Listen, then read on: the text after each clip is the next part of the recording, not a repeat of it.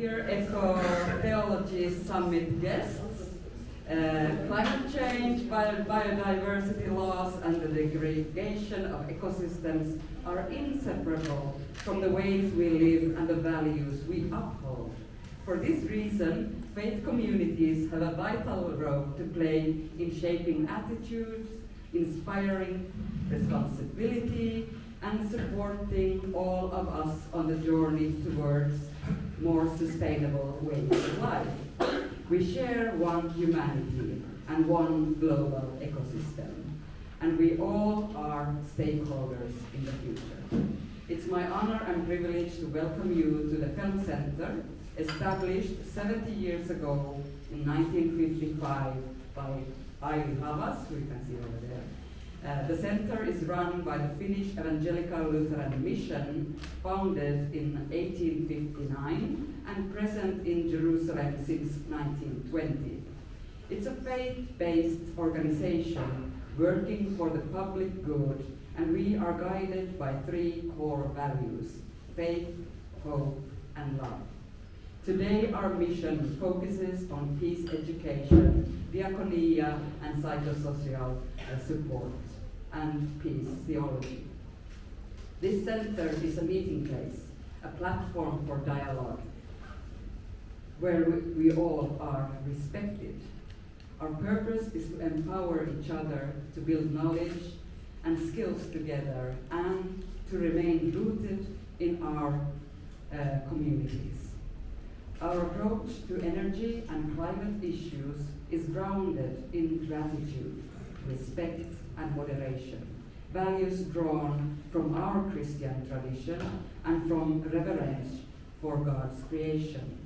Alongside concrete efforts to reduce emissions, the Finnish Evangelical Lutheran Church is committed to encouraging individuals to engage actively as citizens, as voters, and as consumers.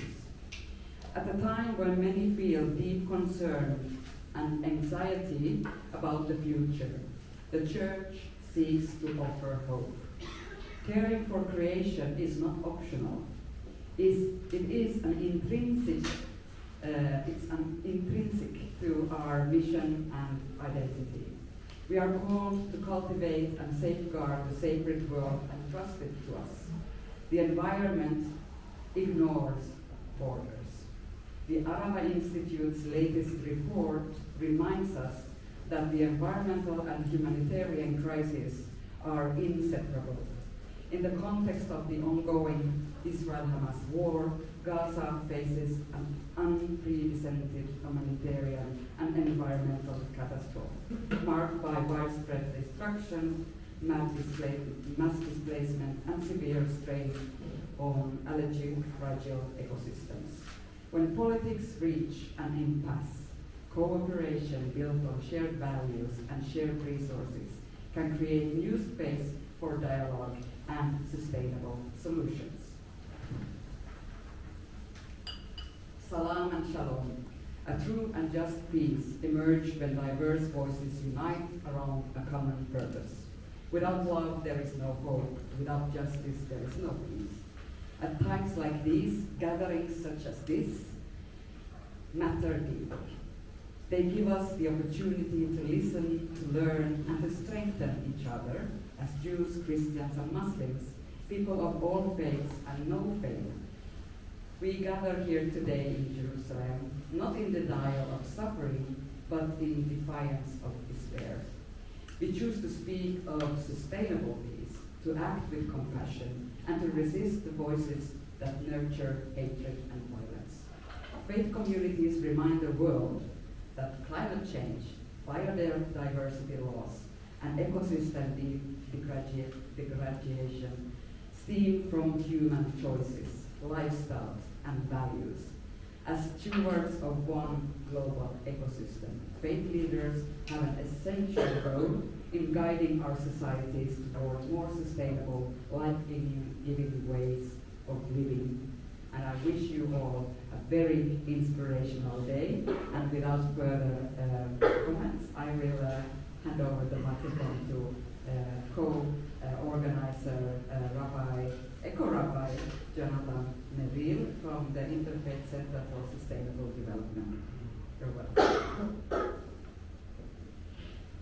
Thank you, Reverend Dr. Leppäkari.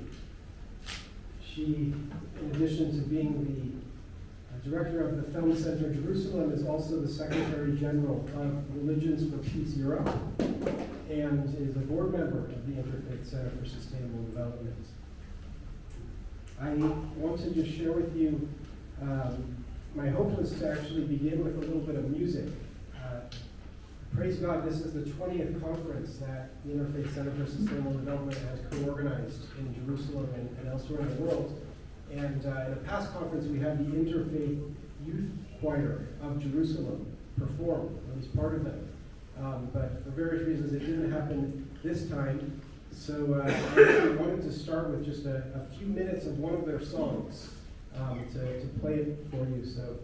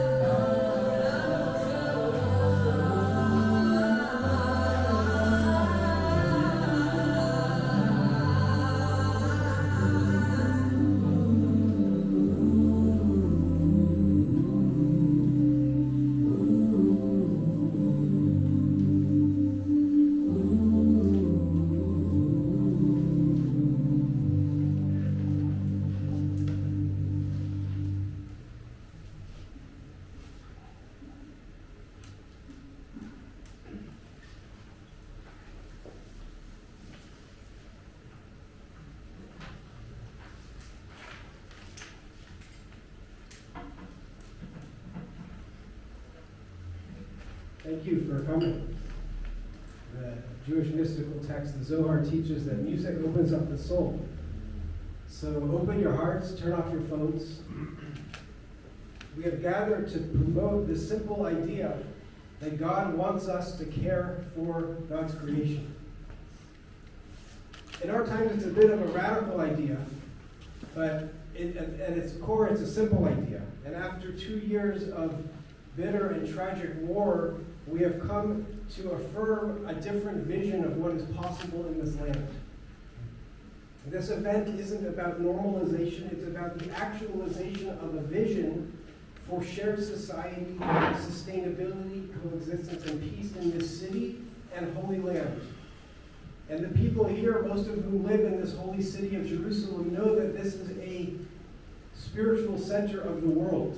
And so what's happening here right now, what we're doing here right now, is opening up spiritually the potential for people of the Abrahamic faith in particular coming together, seeing that the other is a brother of a different mother, sister of a different mister. It's not about us versus them, it's about us and them, and how we make common cause and find ways to work together.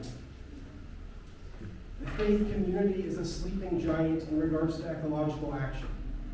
We can only curb climate change and live sustainably with the full involvement of religious and spiritual leadership. And so it's key to unleash the power of faith communities and clergy as champions for ecological action. I want to thank Bishop Ake Bonnier from the Church of Sweden for supporting this event and for the other supporters. And I want to really just say that peace and sustainability are intertwined. If we don't have peace, then we can't have sustainability because people will be fighting with each other. And if we don't have sustainability, then we can't have peace because we won't have a sustainable planet to live on. It'll be too hot. So those are a few words of introduction. I now would like to begin introducing our speakers. I'll start with Yasmin Barhum. Yasmin has worked for the past 18 years as a facilitator at Living in the Levant, which aims to present Islam and the Arab population of Israel to non-Muslims through tours in the town of Ein Rafa, where she lives with her family. She has a BA in land architecture from Leeds University and also has worked in landscape planning, including at the Jerusalem Botanical Gardens. And that's a little bit about Yasmin. She's also, you'll see on YouTube, she's been a leading speaker over the past 15 years of our viewing conferences in Jerusalem. So she's a leading Muslim environmental speaker on YouTube.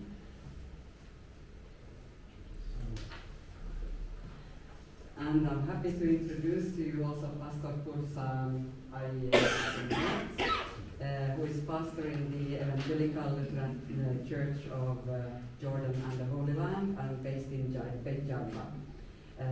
Born in Amman, Jordan, he grew up in the Anglican tradition in the Episcopalian Church, where he was called to ministry in 2003 and studied theology at the United Theological College of the West Indies in Jamaica.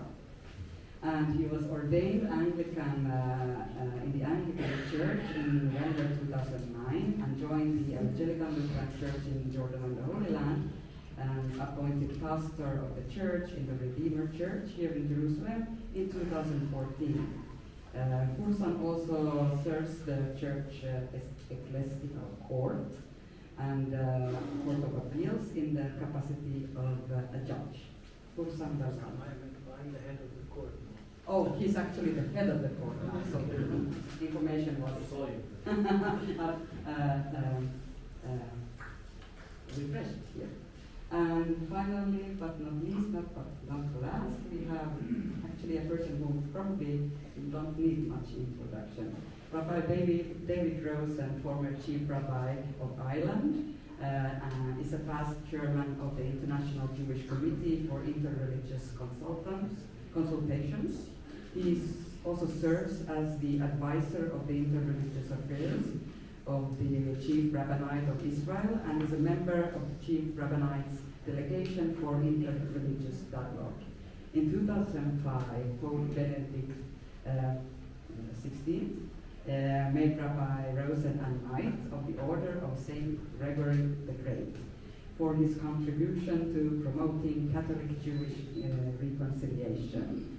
And in 2010, Her Majesty Queen Elizabeth II made him commander of the British Empire for his contribution to interfaith relations. Welcome, today. We should have had a third person with us today, David Wagner, but unfortunately he couldn't come with us. So you have to bear with me and Jonathan moderating this panel more or less. And we are starting with some questions, structured questions, and we hope for short answers. And then we want to engage you in the dialogue with us, okay? It sounds like a plan. And then we will have a short break and continue with the rest of the program for this day. Maybe, yeah, you have all received the program, but I will just shortly remind you. We have a plenary session, Mobilizing Religious Ecological Action. And then we have a break, and after the break, we break out to workshops. It will be here in the same facility. There is eco-preaching, how to teach and preach on ecology from the pulpit at least once a month. And we have religious seminaries, how to increase the emphasis on teaching of faith and ecology. And we have green pilgrimage to Jerusalem. After which we have some lunch. It's vegan kosher lunch. And the caterer, I can't remember the name.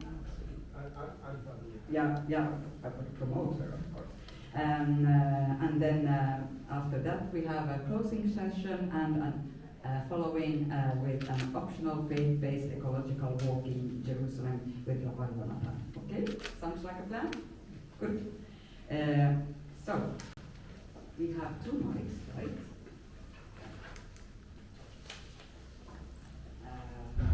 Well, let's start with the first questions. We have 4 questions on my paper. David has actually prepared them. And who's not with us then, so that's perfect, right? we miss him and we wish him well. Now, from your faith tradition, could you share with us a story or teaching or some wisdom that relates to environmental sustainability and somehow could help us build resilience to the impacts of climate change?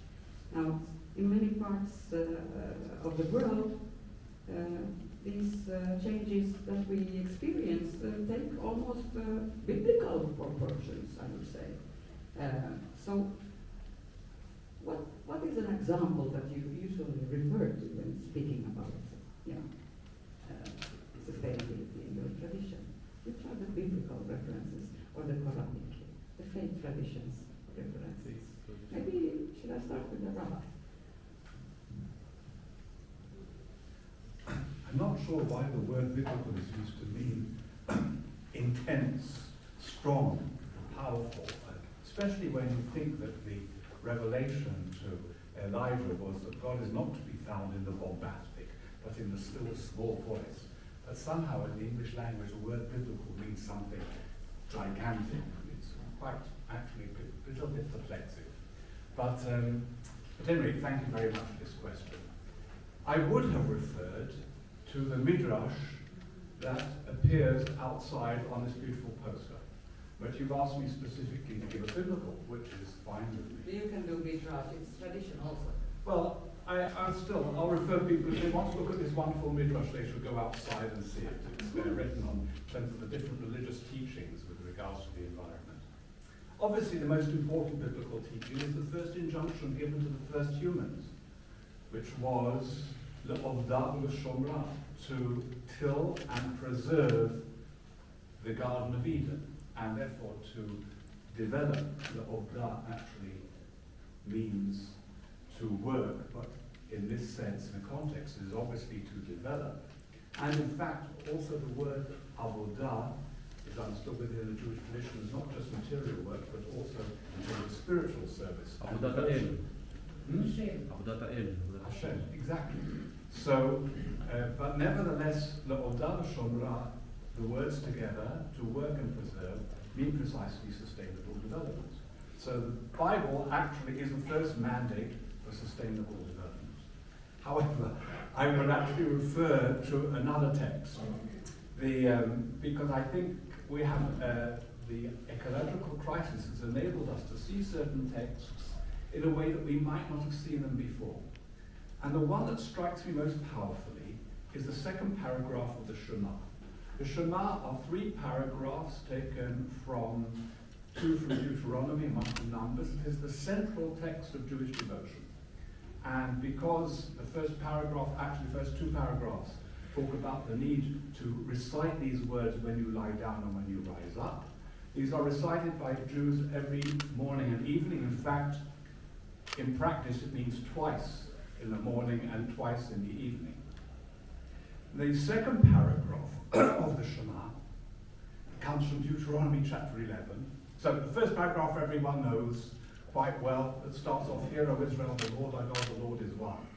And that is the affirmation of Jewish monotheistic belief, and suggests, of course, something really important that's relevant to the ecological environmental movement as well. And that is, we are all part of one. God is one, and therefore we are all connected to that very presence. And indeed, the mystical tradition affirms that there is no place where God is not present. God is in everything. And but the second paragraph deals with the concept of reward and punishment. And basically it says, if you keep God's word, then you will have your rains in their seasons, you will have wonderful productivity, you will be able to gather in a wonderful harvest. But if you don't follow God's precepts, you will not have proper rains, you will not have proper productivity, you will not have a decent harvest, and you will suffer as a result. Now, the medieval Jewish scholars, especially those like Maimonides, believed that the Torah is written with a lot of metaphor. And they didn't take this literally. They thought it's language that was used for farmers, often for simple farmers, and therefore when you needed to explain the concept of reward and punishment, which is a much bigger concept, you use the local language that the farmer understands. But today we can understand this text more literally than ever before, because we can understand what happens when we don't follow God's path of care for the other, of love for our neighbor, of pursuing directions of justice and righteousness. When we allow society to be governed by greed and exploitation, what happens? We no longer have pure rains. We are attacked by acid rain. We in our productivity, our lands, we are using to exploit, to devastate enormous areas of land and natural resources, and as a result it comes boomerangs on us. In fact, global warming is a direct product of our irresponsible lack of moral behavior and lack of responsibility and care, above all to the most vulnerable, because it's the most vulnerable that suffer first and foremost from the ecological crisis. And this text tells us that we recite every day, and we need to understand it in this deeper sense every day, that we will only truly have our rains and our harvests and the well-being of the land, its productivity and its sustenance, when we follow God's law, God's way of care for the vulnerable, of pursuing righteousness and justice, of pursuing peace, of loving our neighbor, and then we will have a truly wonderful, productive, flourishing environment.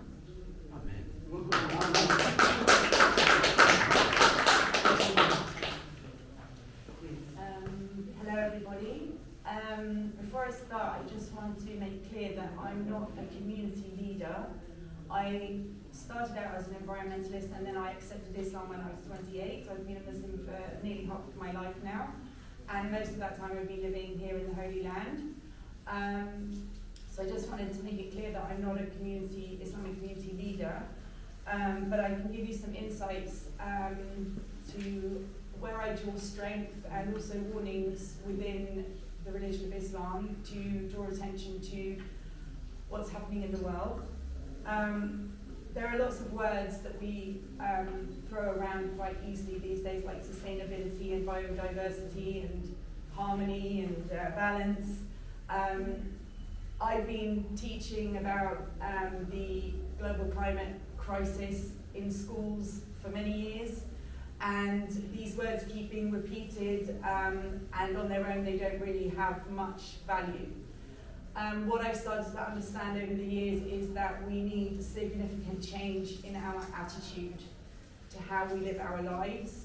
My personal choice was to accept Islam in order to make specific changes within my life to focus towards a more direct approach to my actions, and understanding that in the end I will be held accountable for them. So I don't know how many Muslims are in the room, but just to give you a very brief description of how Islam works, the word Islam is related to the word istaslam in Arabic, which means to submit. So Islam demands us to submit to the will of the one God. As Judaism and Christianity also preach, we believe God to be one. The oneness of God is central to Muslim belief. And we will be judged on our belief in God, our worship of God, so instilling prayers and our acts of worship, and our deeds. Hopefully most of them will be good. Now, I could bring lots and lots of verses in the Quran that relate to our role as a human being in the world to look after the earth and not abuse it, but those are quite obvious, so I'm going to cut to the chase and bring, for me, the 4 most scary chapters of the Quran, which are supposed to shock us into maybe having some kind of action, because my experience living in this country, and especially the last 2 years that we've been through, is sometimes we have to really get to the edge of the abyss in order to spring ourselves into action. So there are 4 verses in the Quran from 81 to 83. Surah Al-Taqwir, Surah Al-Infitar, Surah Al-Mutaffifin, and Surah Al-Inshiqaq. All of them, if you want to look them up, talk about the signs of the Day of Judgment.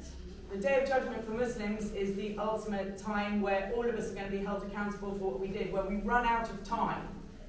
And to my mind, we're getting to that stage with the global crisis. We're running out of time. And yes, we can talk about how our abuse of the world's resources are having a negative effect, but unfortunately most of those negative effects are being felt not by ourselves. And I'm talking as a white colonialist background person from the West, from a more secular understanding of the world. And many of the biblical-sized catastrophes that are happening in the world, we just have to watch the news over the last week to see how many hurricanes and floods and natural disasters are happening. They're happening to the brown people of the world, not the white people of the world, the rich people of the world. And that is a fundamental issue that we have to face. And I think in the Mutaffifin, Surah Al-Mutaffifin, it talks about the misuse of weights and measures. So, kilos, selling something for the wrong weight. What would you call it? Misleading people. I translate that into the unequal distribution of the world's resources. We talk about a shared environment. It's not actually shared. It's dominated by certain groups who take everything for themselves at the detriment to everybody else. And that includes the natural world and other human beings. So, as a Muslim, I'm supposed to remind myself that, as everyone is going to, I'm going to die one day. And after I've died, I'm not going to have any more chances to do good and to promote the values that God wants us to live by. So that reminder of death is, for some people, morbid, but for Muslims it should be a wake-up call to where we are now.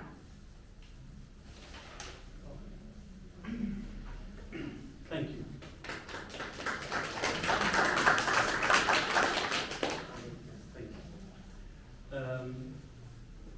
Hello everyone, again. From my perspective as a Christian,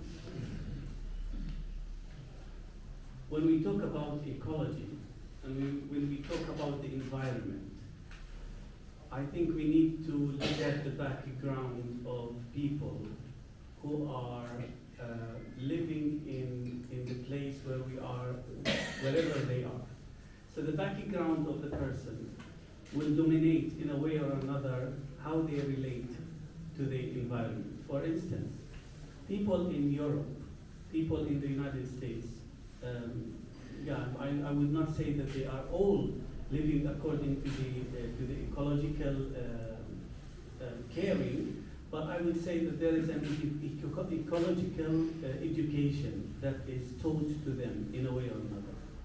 The catastrophe that people in West Bank live is that we don't have any clue about ecology. We have no education about ecology. There are very small, very minority voices that are talking about ecology. And that is making it hard in a way or another for us as Christian leaders to speak and teach about ecology. For so many reasons. People have different concerns. People think of how am I going to provide for my family with 2,000 shekel as a salary. So these are the salaries in West Bank, 2,000 shekel or maximum 3,000, and they want to provide for their families. The ecology is the last concern. So when I stand up on the pulpit and I talk about the ecology, it is something that is not very much. Come again? Yeah, it's not very much vivid for them. It's not very much solid for them. However, the Bible speak in the letter of James, in the book of James, speak about the practical faith. Faith without practice, without actions, is dead. That's what James said. So the practical faith towards humans, towards God, and towards the environment. We can't neglect the word of the environment or the role of the environment in our faith journey. It's impossible to neglect it. But however, people are pushed in a way or another in so many ways, politically, economically, and even socially. Sometimes they are pushed to not to think about the environment, which I try to do, which we try in the Lutheran Church to do, because the Lutheran Church is the only church that has ecological center in Beit Jala. Yeah. We are the only church among all other churches that we have ecology, because we think that it is so important to teach ecology to others. But people are not very much responsive. They don't respond positively. And I was talking significantly before. I think the awareness of people in West Bank about ecology is not zero. It is minus. It's minus maybe 100. So that we have a long way to go. But that's my perspective on that. Thank you so much. Well, we already have the impact of how we define words. We speak about judgment. We speak about the endings and the apocalyptic discourse and practical faith. Yes. Well, urbanization. Yeah, there is a lot of development going on here. Around us and everywhere. Humanity seems to have an increasingly tenuous relationship with the earth, so far as to preserve itself as separate from rather than being part of the natural world. So how can we then achieve or build a greater balance between serving human needs and protecting and respecting a flourishing natural world? How do you think we can reach that point? Development seems to go first. Needs, financial aspects comes before the spiritual aspects. How do we build a greater balance between serving human needs and protecting, respecting a flourishing natural world? I don't think I should go first every time. No, you shouldn't. Okay, so if we look at the environment, the urban environment, actually concentrate the human being into smaller spaces is actually sometimes quite good for the more natural environment. Certainly pooling resources, having robust public transport systems could be a great key to changing people's use of the private car and things like that. Also concentrating people into areas where they can walk to all the places they need to get can be positive. And also, as trained as a landscape architect, I've always enjoyed the way in which nature will quickly overtake an area of a city that we neglect. So whether it's a plant coming out of a wall, or whether it's where there's air conditioning dripping, there's sort of opportunistic ability of the natural environment to quickly reclaim what we neglect. So I take a lot of inspiration from the urban environment, but there is a tenuous relationship between the human and their environment, and I think that one of the dangers of the built-up environment, and specifically in today's world where a lot of our time we're also sucked into cyberspace through screens, means that I teach in many kindergartens today in Israel where children aren't comfortable getting their hands dirty in sand or earth and things like this. So I think the danger of urbanization is when, again, it's an attitude that we have. We can live in an urban environment and still be in touch with the nature that's there. But I think in today's world with the screens that we have, we could be in the most idyllic, faraway place on a mountain, but if we're sucked into a screen, we're not relating with that natural environment. So what it says in the Quran, again taking some inspiration, is that all of the creation, so the sun, the moon, the universe, and then the world that we're living on, it's all created as signs for us, human beings, to understand that God exists. So the proof that God exists for Muslims is in the creation itself. And there's a particular verse in the Quran that comes in chapter 3, where it talks about the signs are there for the people who reflect, contemplate, standing, sitting, or lying down. And I think that what springs out to me in that verse is that we live in a world where we're not often standing, sitting, or lying down. We're always rushing. And when we rush, we can't reflect and contemplate. So in itself, the environment, we need to make a conscious effort to connect to it, whether we're in a city or whether we're in the middle of, a desert or a mountain or a field or whatever.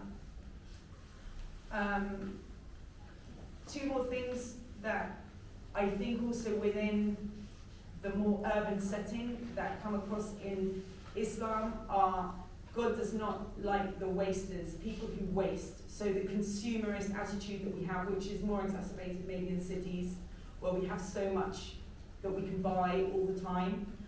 And then another message in the Quran is the more that we give to others, it's a sign of how strong our faith is. And the people who have less and still give are rewarded more than the people who have a lot and give a little. So that sense that we need to hoard things in case something happens in the future, in Islam is viewed as weak faith, where we put our faith in God that even if we have nothing, God will help us get through the difficult parts. So these are kinds of parts of the attitudes that came up in my mind when I was thinking about this particular question. For me, I will start with a story. My brother Yonatan has told me about one of the rabbinic tradition, but I will let him tell the story because he would have a better English than mine. The story where all people were in a boat and one was trying to do something. So, please. Rabbi Shimon Bar Yochai tells the story of a person who enters a boat, and starts to drill underneath their own seat, and other people say, "What are you doing?" And the person says, "Well, I bought passage on the boat, I can do whatever I want." And the other people say, "Well, no, actually your actions are affecting us and are going to flood the boat." So that means we are all in one boat. Whether we admit it or not, whether we like it or not, we are all in one boat. So if people in Israel think that the actions of people in West Bank won't affect them, it will. Because in the end, the pollution is going to reach everyone, and that is from the worldwide perspective. I think that story teaches me two things. First thing is ignorance. Ignorance is a very dangerous weapon against a human being. And there are so many ignorant people living in this world, unfortunately. And we have responsibility. We are enlightened in a way or another. So that puts a responsibility for us. If we don't come and tell them that you are drilling the boat and we are all gonna sink, they won't continue what they would do, and then we will all sink, even though we are enlightened, even though that we know what should be done. The idea is that those who are even in the West, or those in Israel, we should all take a measure and take steps towards others, and try to raise awareness about ecology, because that is the only way that we all can survive without reaching out to others. I think one day I was talking with Yonatan, and he said that all the things that are all the water, the dirty water, is going all the way to the Dead Sea, and it is polluting the Dead Sea these days. That's all, and this dirty water is coming from Jerusalem, from both Arabs, Muslims, and from Beit Jala, from West Bank. So all these are going to go to one place. It's gonna cause problems sooner or later. So if we are not awareing, if we don't raise awareness, if we are not, if we don't take steps and try to do something, it will affect everyone.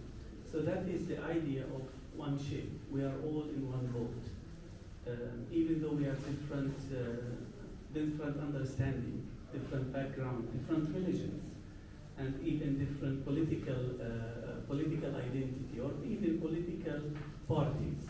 But that doesn't mean that we are not all in the same boat in terms of ecology. One of the wonderful things about any interfaith encounter is to be able to see the resonance of one religion and another. You have to see ideas that occur within one religion and come in another, and the degrees to which they also undergo a little bit of difference and differentiation.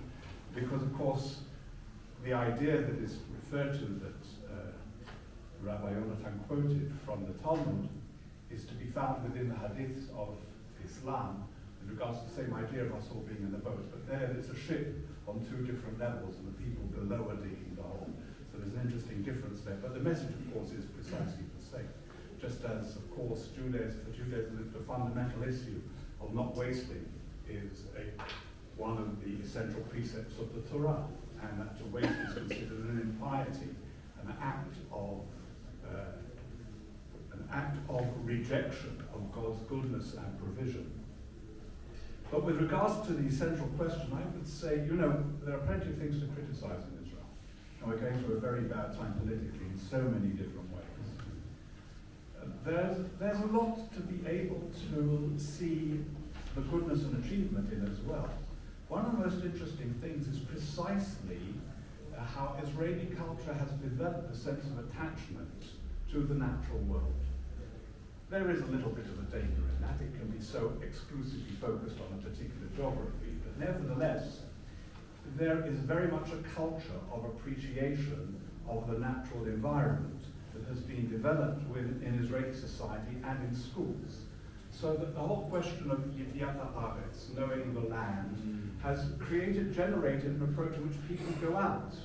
And schools that are urbanized go out into the countryside and encourage that, as well as you have within youth movements like the Gadna and other such organizations. I think also we are very blessed, I think, to have a religion that is not just a historical religion, but is a cosmic calendar religion. So that every festival is in fact a harvest festival of one kind or another, as well as a historical festival. So Passover doesn't just celebrate the Exodus from Egypt, it celebrates spring and the beginning, therefore, of the cycle.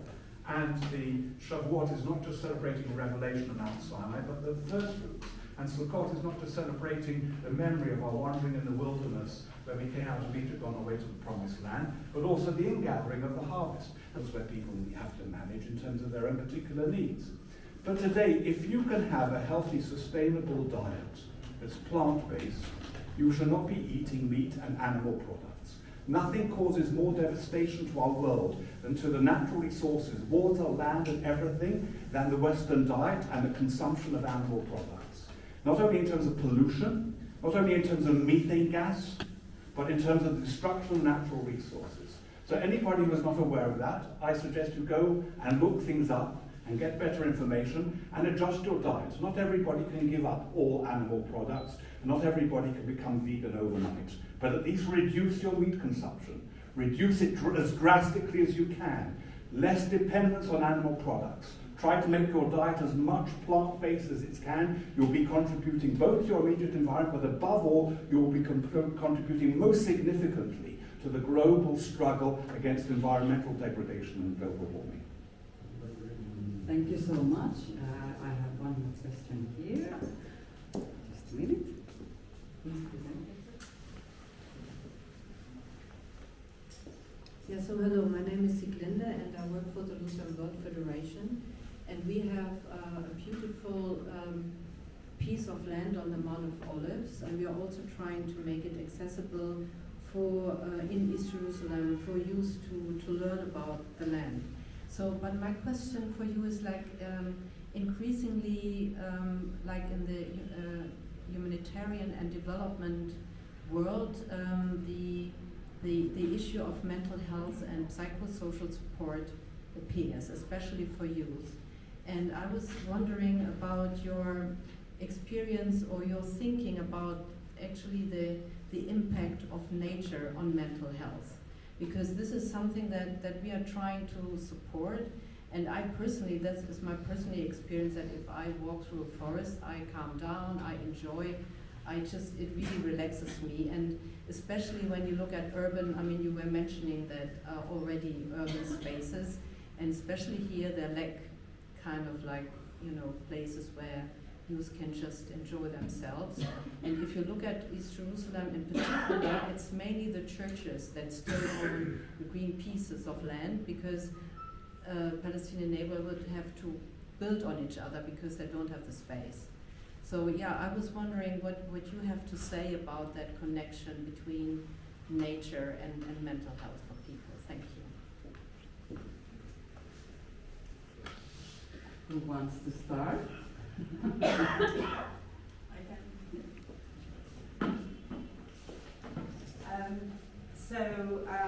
Not just mental health, but also physical health. There's been a lot of work done on hospitals where everyone has, if you're in a hospital and you can see a tree out of the window, you recover quicker from whatever it is that you're suffering from than if you're looking on an urban environment.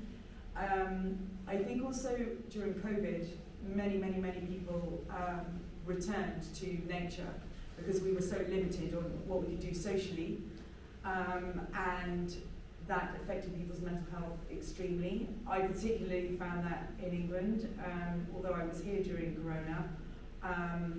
Even now there are many mental health issues that have lingered in England for a long time because of isolation, and many people valued their access to the environment.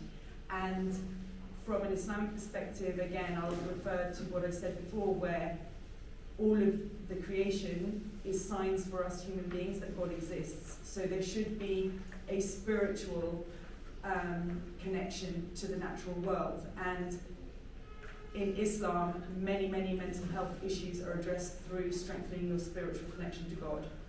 So it would make absolute sense for a Muslim that having access to a natural environment will help your mental state and your spiritual state and your physical state.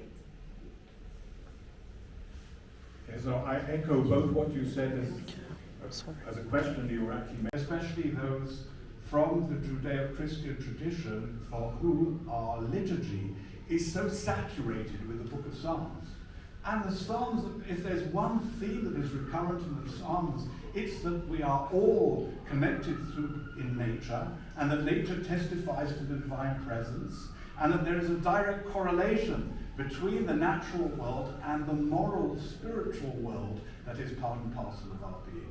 And part of the problem, apropos the earlier question, is that very often we have segmented and we have divided, we have, as it were, siloed different parts of our human identity, and these need to be integrated. We need to have a full gestalt of our, if I can connect with the psychological world and the natural world, so that the natural world, the environment, is part and parcel of who we are and how we relate to God. And that needs to be encouraged more and more, and especially because it is not just paradoxical, it's contradictory that people are utilizing all this language. I mean, Jewish daily prayers, we start off in the morning talking about thanking God not only for life, but for the creation, for the sun, for the natural world that all testify. It's our daily prayers. And all the Psalms are talking about how the hills and the valleys and the streams and the forests are all praising God and celebrating, and yet people can remain detached from these things. Obviously, the more connected we are, the more whole we are. The more whole we are, the healthier we are. The healthier we are both physically and obviously spiritually, psychologically. I don't have much to say after what was said, but in West Bank, I hope to have that space. I think people have, what happens when you are in a situation, you have to adjust or to cope with what is or adjust according to what you have. I think people coped and changed this with going outside, sometimes going outside to Nablus in the north, to maybe to Zababdi and these areas, sometimes to Jerzim Mount to see. So they go to the heights mainly, not to the forest. I don't think they have forests, but they go to heights in a way or another to try to recharge themselves and to sustain their mental health. But there are no much options. So many people they don't do it, unfortunately. They are stuck with all these bricks. Can I just add one thing? I just thought of something. Adding to what Fursan says, one thing I would say about the Palestinian community is in your songs, you have so many references to the natural environment. And the other is, I don't know how many of you have ever been to the Kalendia crossing, but there's a big concrete wall, and one of the community centres has done a big mural across it, and it's all just the land. It's all filled with what I think the Palestinians, if they don't have access to it, they certainly remember it in their traditions, their songs, their cross-stitch and everything else, the references to the natural environment. Thank you so much. I just have to say, I'm so happy nowadays when we in Jerusalem also have the recycling points to bring plastics and metal and glass. And I think, small steps bring us closer. So I think small initiatives also in the urban environments can bring us closer to the nature and also spiritual awareness, which when we go to research and in the well-being, and actually next summer we are going to have a conference here at the FELM Center together with the University of Delhi, focusing on well-being in times of crisis. And nowadays everybody emphasizes the closeness to nature and the effects, the health effects it can bring to us. So I think with small choices and small things, we can bring each other closer to nature. We could continue this discussion for a very long time, but we have to draw an end, right? And we hope that also the panelists will stay with us during the workshops. We have, I know Pastor Fursan has a funeral to attend, but I hope that we can stay longer also with us for the closing session, because I think at the closing session we should also address the role of coming together as representatives from different faith communities to promote a greener environment, a sustainable lifestyle, and the well-being of us as humans, as part of communities, as faith representatives and global citizens. So thank you so much for this. Rabbi Yonatan?